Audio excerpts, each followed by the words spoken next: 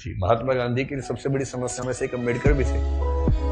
अंग्रेज तो थे ही थे, उनसे बड़ी समस्या ये है कि यार अंग्रेजों को भेजो ना, समाज क्यों बदल रहे हो। और ध्यान रखना 1936 है, इस समय डॉक्टर अम्बेडकर ठीक ठाक पावरफुल हो चुके थे, अच्छी खासी प्रसिद्धि उनको मिल चुकी थी। महात्मा गांधी की सबसे बड़ी समस्याओं में से एक अम्बेडकर भी थे।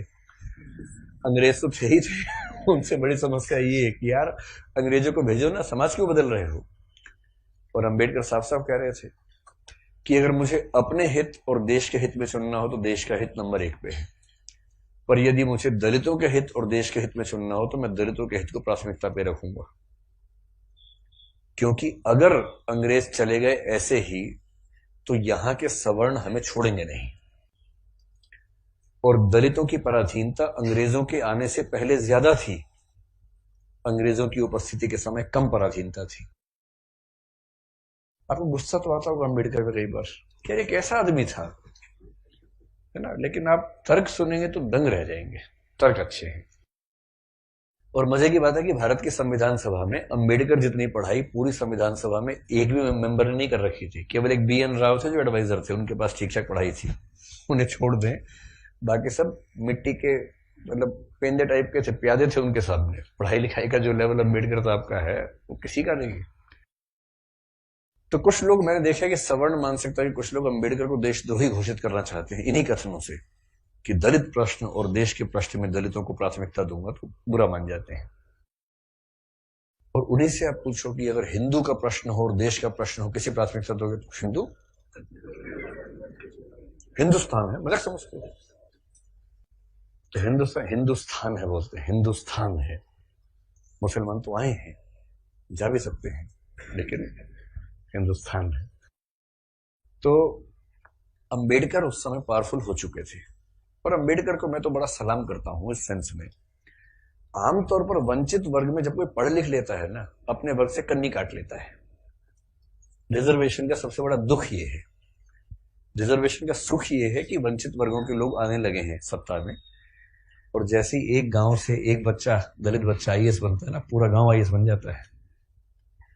आरक्षण के वित्तीय लाभ केवल उस व्यक्ति को मिलते हैं जिसको आरक्षण मिला है, पर सामाजिक राजनीतिक लाभ पूरे गांव, पूरे कुनबे, पूरे कस्बे, पूरे शहर को मिलते हैं। कि हमारे गांव का चंदू IAS बना है, और चंदू वर्ग में मान लीजिए SC ST में आता है, उस दलित जाति के, उस गांव के और आसपास के 100 गांव के सब व्यक्तियों के पास कॉन्फिडेंस आ जाता है। कुछ बिगड़ा, चंदू को फोन लगा दिया, चंदू बिटवा देखिए जरा। अब पुलिस वाले ने रोका, लाइसेंस के लिए, रुको बात करवाते हैं, ऐसे करके कह रहे किसको फोन करो, चंदू को फोन करो, छोड़ दो कोई बात नहीं, आप जाओ, आप गाड़ी कैसे भी ले जाओ, सिर के ऊपर रख के ले जाओ, कोई बात नहीं, हम कुछ नहीं बोलेंगे। कॉन्फिडेंस लेवल बढ़ जाता है। एक रिजर्वेशन का फायदा ये होता है, आर्थिक फायदा नहीं होता, रिजर्वेशन आर्थिक मामला नहीं है, तो सामाजिक राजनीतिक समतलीकरण का मामला है, उसमें उसको देखना है। और अम्बेडकर ने, आजकल क्या होता है कि जो बच्चा IAS बनता है सबसे पहले कोशिश करता है कि उसकी जाति किसी को पता ना लगे कि वो रिजर्वेशन में है। और बहुत सारे लोग SC ST या OBC से रिजर्वेशन का लाभ लेकर अगर IAS बनते हैं तो कोशिश करते हैं कि शादी से सवर्ण समाज में हो, क्योंकि IAS खुद एक जाति है, उस जाति में शादी कहीं भी हो सकती है, वहां जाति प्रथा बीच में नहीं आती है। ऐसी IPS भी एक जाति है जो IAS से नीचे की जाती है, लेकिन ठीक ठाक जाती है, वो भी अपने आप में ठीक ठाक जाती है। जैसे IAS पति IPS पत्नी, लोग कहेंगे हाँ ठीक है, IPS पति IAS पत्नी, तो लोग कहते हैं अच्छा चलो कोई बात नहीं ठीक है इस तरह से मैनेज करते हैं, क्योंकि IPS नीची जाती है, IAS थोड़ी ऊंची जाती है, और IRS और बाकी सब तो बहुत ही नीची जाती हैं, और उसमें जो ग्रुप भी हैं वो तो शूद्र टाइप के माने जाएंगे कि ये तो बहुत ही नीचे के लोग हैं। बेशक UPSC ने सफलता दी हो, पर ये नहीं चलेंगे, इनके 10 नंबर कम आए से इनको बाहर करो यहाँ से एक प्रकार की जाति व्यवस्था वहां भी है। तो दलित चेतना जो अम्बेडकर की वजह से, अम्बेडकर का सम्मान क्यों करना चाहिए कि वो इतना पढ़ने लिखने के बाद भी चाहते तो वो भी एक शानदार जिंदगी जी सकते थे, उनको मिल ही रही थी भाई। वो PCS ऑफिसर थे बड़ौदा में, मजाक छोड़ना है, नागपुर में शायद, और जब नागपुर में वो सिविल सेवक बनकर आए, फेलोशिप वहीं से मिली थी पढ़ने के लिए, जब वापस लौटे तो उनको PCS अधिकारी बनाया गया। तो उनको कहा कि आप यहां रहना शुरू कीजिए और काम संभाल लीजिए। अब ये अम्बेडकर के सामने सबसे बड़ी समस्या, अगर आप उनकी कभी आत्मकथा पढ़े, मैं कैसे बना, हिंदी अनुवाद उसका ये है, उसमें प्रसंग है कि नागपुर में रहना है उनको क्योंकि वो ऑफिसर हैं, उनको अपने रहने के लिए कमरा चाहिए या घर चाहिए, ढूंढ रहे हैं पूरे शहर में, कमरा ही नहीं मिल रहा। लोग पहले पूछते हैं जाति कौन सी है, वो बताते हैं कि महार जाति का हूं, तो भाई कमरा नहीं है हमारे पास, हम किसी दलित को कमरा देंगे ही नहीं अपना। ये 1920-30 के दौरान नागपुर शहर की बात है। फिर वो कह रहे कि कई कमरे खारिज होते गए। एक और घर में गए, एक कोई दूसरा ऑफिसर था, वो दिखा रहा था, दोस्त के रूप में हेल्प कर रहा था,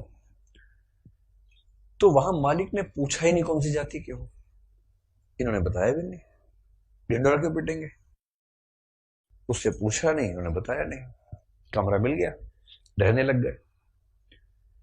और फिर वो देखते हैं कि एक दिन अचानक सुबह उठा तो बहुत शोर मचा हुआ था, मुझे लगा पता नहीं क्या हो गया, खिड़की से नीचे देखा तो हजारों की भीड़ हाथ में डंडे भाले हथियार लेके खड़ी हुई थी।